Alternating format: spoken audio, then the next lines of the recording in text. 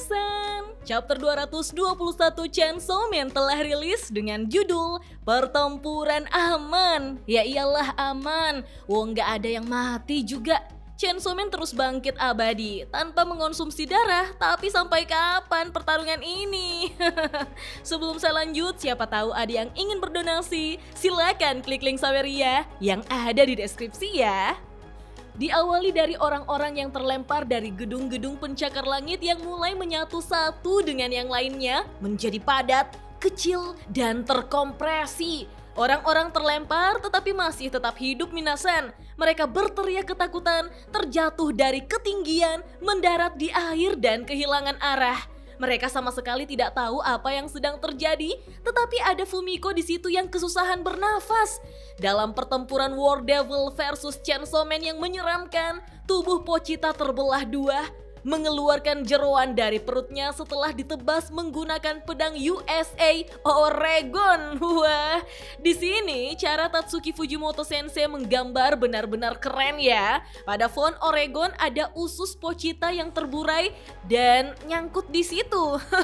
Horor. Tapi ternyata itu bukan font biasa karena memang itu adalah desain pedang yang dipegang oleh Yoru Minasan. Yoru yang terlempar setelah berhasil menebas Pochita kini tersenyum senang, merasa dirinya telah menang. Namun apa yang terjadi? Tubuh Pochita yang terbelah dua justru kembali bersatu lagi Minasan. Tubuh Pochita beregenerasi dan bangkit kembali. Tentu saja Yoru sangat terkejut melihatnya. Dengan cepat, Pochita langsung melompat dan menyerang Yoru menggunakan kedua gergaji mesin pada tangan kanan dan kirinya. Hal itu membuat Yoru hanya bisa bertahan dan dengan kesusahan menangkis serangan Pochita. Yoru berteriak, "Apa yang kau makan? Chainsaw Man, rasanya akhir dari pertempuran kita sudah tidak ada lagi." Apa maksudnya perkataan Yoru ini Minasan? Dia kayak lupa kalau Pochita telah memakan Death Devil. Padahal Makima tidak pernah lupa siapa saja yang sudah dimakan oleh Chainsaw Man.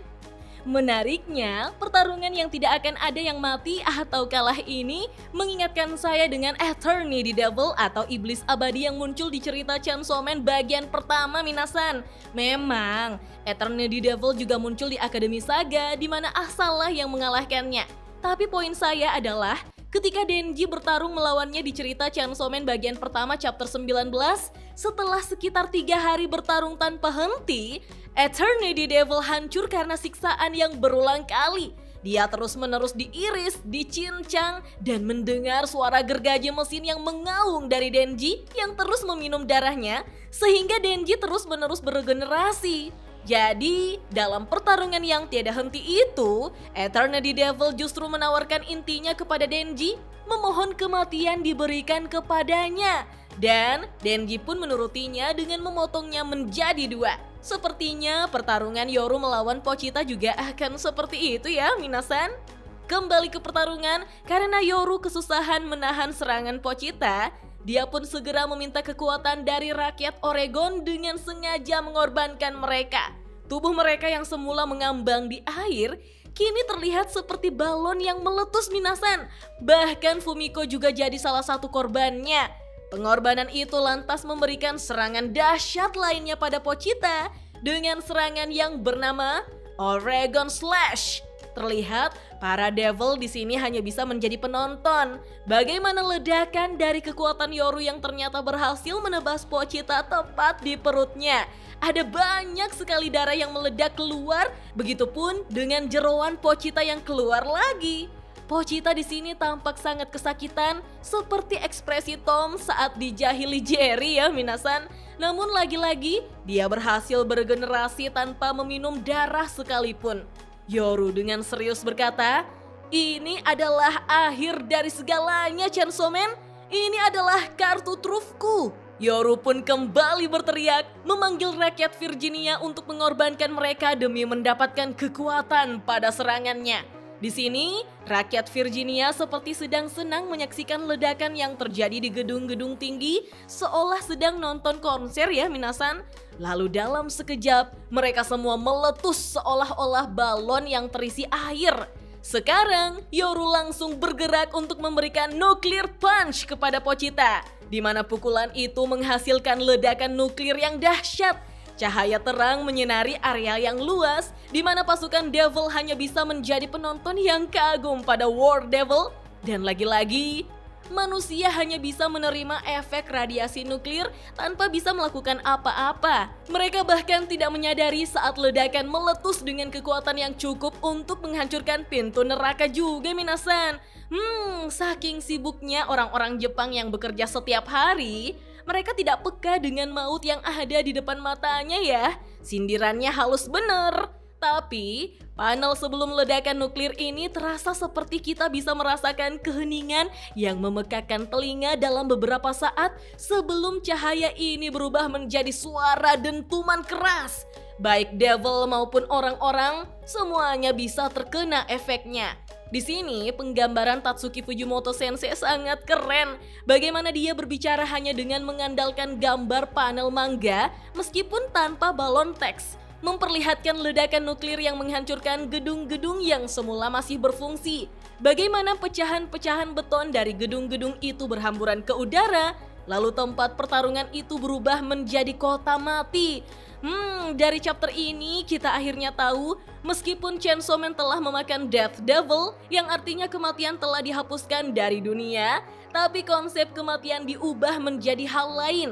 Seperti Yoru yang tetap bisa mengorbankan manusia dari belahan Amerika manapun, konsepnya berubah menjadi manusia yang meletus. Orang-orang yang dikorbankan itu menghilang tanpa jasad sehingga konsep kematian di sini dibikin absurd. Pasti banyak juga yang bertanya-tanya, kenapa Virginia? Ternyata Virginia merupakan sumber utama tenaga kerja dan penelitian dalam upaya memproduksi persenjataan nuklir di Amerika Serikat selama proyek Manhattan, yang mungkin menjadi alasan mengapa negara bagian tersebut memberi akses ke nuclear punch. Sedangkan untuk Oregon, wilayah itu juga terlibat dalam Perang Dunia II. Tapi ternyata Jepang pernah menyerang ke wilayah Oregon, minasan. Jepang melancarkan serangan udara di dekat Brookings, Oregon pada September 1942 sebagai bagian dari upaya perang mereka. Lalu Oregon juga menjadi pusat pelatihan militer untuk pasukan Amerika Serikat. Selain itu, negara bagian ini memiliki banyak lapangan terbang yang dibangun untuk melatih pilot dan kru pesawat tempur Amerika Serikat dan terdapat camp militer yang digunakan untuk melatih pasukan. Nah, wajar saja kalau lagi-lagi kita berpikir ini seperti Amerika versus Pochita. Memangnya seberapa tidak sukanyakah Tatsuki Fujimoto Sensei pada Amerika? Saya juga jadi bertanya-tanya sendiri nih, apa yang terjadi pada Michigan Sword yang baru terbentuk pada chapter lalu? Sudah langsung bikin pedang baru lagi si Yoru. Rasanya Fujimoto Sensei terlalu terburu-buru sehingga dokumentasi Fumiko dan pedang Michigan langsung saja terlupakan begitu saja pada chapter kali ini, minasan. Mungkin beliau punya rencana yang sangat berbeda, tapi ya sayang saja sih, untuk apa dibuat senjatanya kalau tidak diperlihatkan kemampuannya? Lantas, apa yang akan terjadi pada Pochita, minasan? Mungkinkah dia tetap akan beregenerasi lagi? Kebayang seberapa tangguh dan banyaknya serangan kuat yang Yoru pakai untuk menyerang Pochita, tapi Pochita tetap tidak terkalahkan. Lucunya lagi, ekspresi Fumiko sebelum ikut meletus dan dikorbankan seperti dia yang sudah capek dan jenuh. Mati lagi, mati lagi. Keadaannya selalu begini. Yoru spam skill terus, sementara Pochita selalu bangkit kembali. Kalau menurut minasan, bagaimana? Kita lanjut ngobrol yuk di kolom komentar. Oke deh, sampai di sini dulu ya. Dah.